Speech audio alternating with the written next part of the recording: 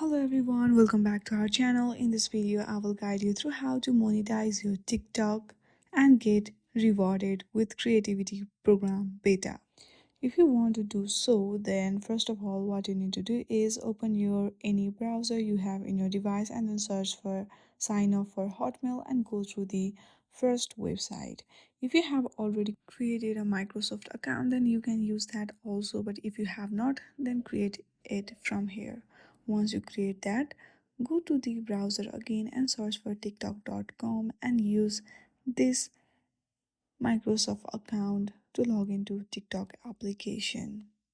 Once you open with this, it will help you to monetize your TikTok application.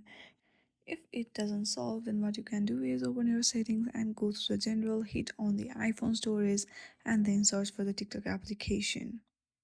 Once you found out, hit on that and do offload app and then try again the same process. I hope you like this video. If you like this video, then please do not forget to like and subscribe to our channel. Thank you for watching.